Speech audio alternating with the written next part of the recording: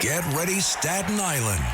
The Ferry Hawks host the Hagerstown Flying Boxcars. Tonight at 7 p.m., it's soccer night, and kids glow around the bases postgame. Saturday at 6:30, it's Broadway night with postgame fireworks and Broadway rave. Sunday at 1:30, it's Military Appreciation Day, and the kids run around the bases. A great day out for the entire family. Kids run the bases after every Sunday home game. Want the best seats all season? Get more Ferry Hawks for only $63. Visit ferryhawks.com now to lock in your seats.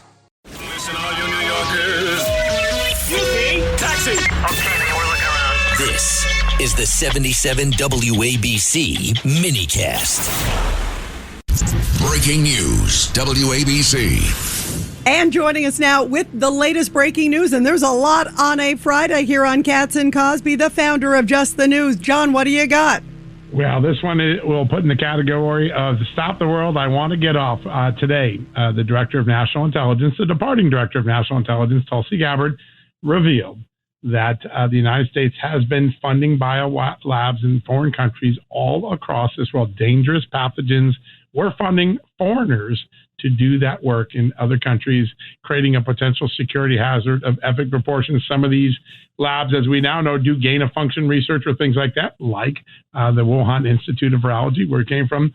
The numbers are a little bit disturbing when you find out just how much we're putting out there.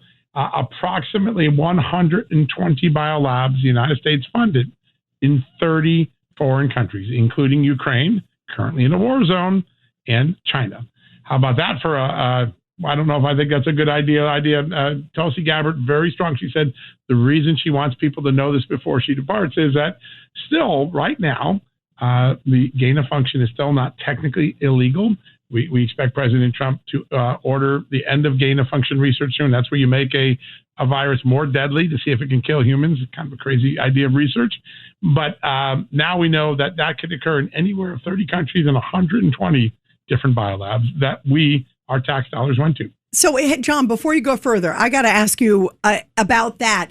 How can that still be going on after all the scrutiny that happened with the Wuhan lab, right down from the, quote, wet market with all the stuff with COVID? Yeah, it is a really great issue. And it's why President Trump ordered this review. He put out an executive order a few months ago saying, hey, we're going to get to the bottom of all this research. We're going to get to the bottom of gain of function. I want gain of function to end. Let's get a path to doing that. And then let's find out where we've been putting these dangerous pathogens. I don't think anyone expected the number to be 120 foreign labs. That is a really remarkable number. It just shows you. How many holes did we have in our cup? Yeah, a lot. In fact, I want all the American people listening to this, the millions of people listening to this show, to realize how many holes do we have in our pot? How many people were stealing, diverting money, et cetera, in our country without any checks and balances? Well, just think of what we have. We have fraud by the billions, tens of billions, hundreds of billions now, hundreds of billions of dollars of fraud. We've got pathogens that we're paying other countries to make dangerous. And we have scientists coming into our countries, like what just happened in Montana, what happened in Minnesota earlier, in Michigan earlier this year, bringing in deadly pathogens. We're treating pathogens like they were Halloween candy. It is a really remarkable moment for us to take stock of just how far our government has gone wild. So John, how much of this is Fauci related? Is this a carryover or are they new? And has there been any crackdown?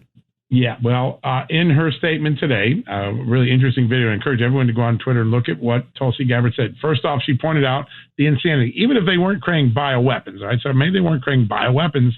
If Russia were to hit this lab in Ukraine and it unleashed the deadly pathogen, they would have created a biohazard in Ukraine. So why put them in a war zone? What a crazy idea.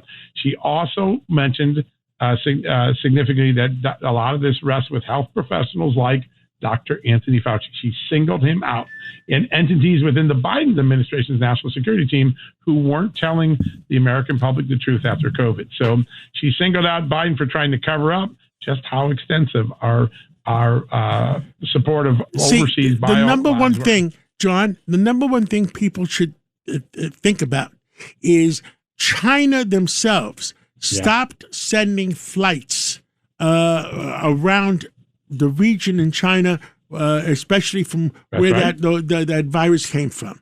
But it kept the international flights going.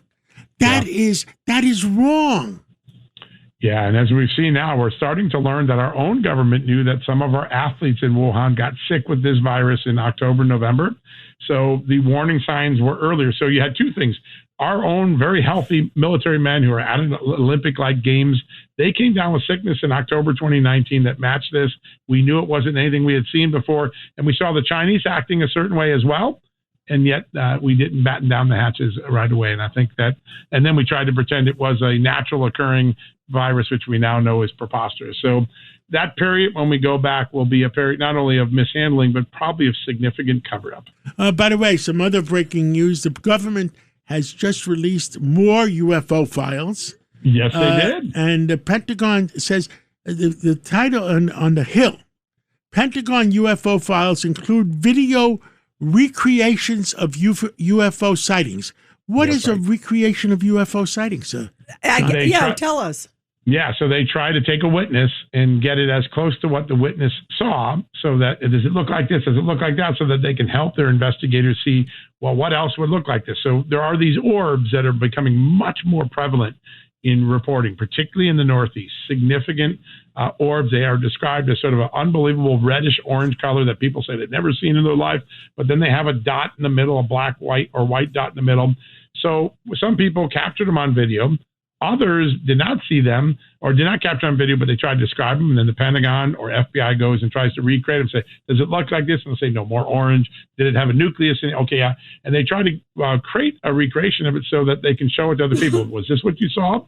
And try to find as much consensus about what was in the skies when we don't capture it on video. But the thing that's interesting today, in the video releases today, there were actual video footage of some of these orbs. And we're talking in the last couple of years, very recent sightings.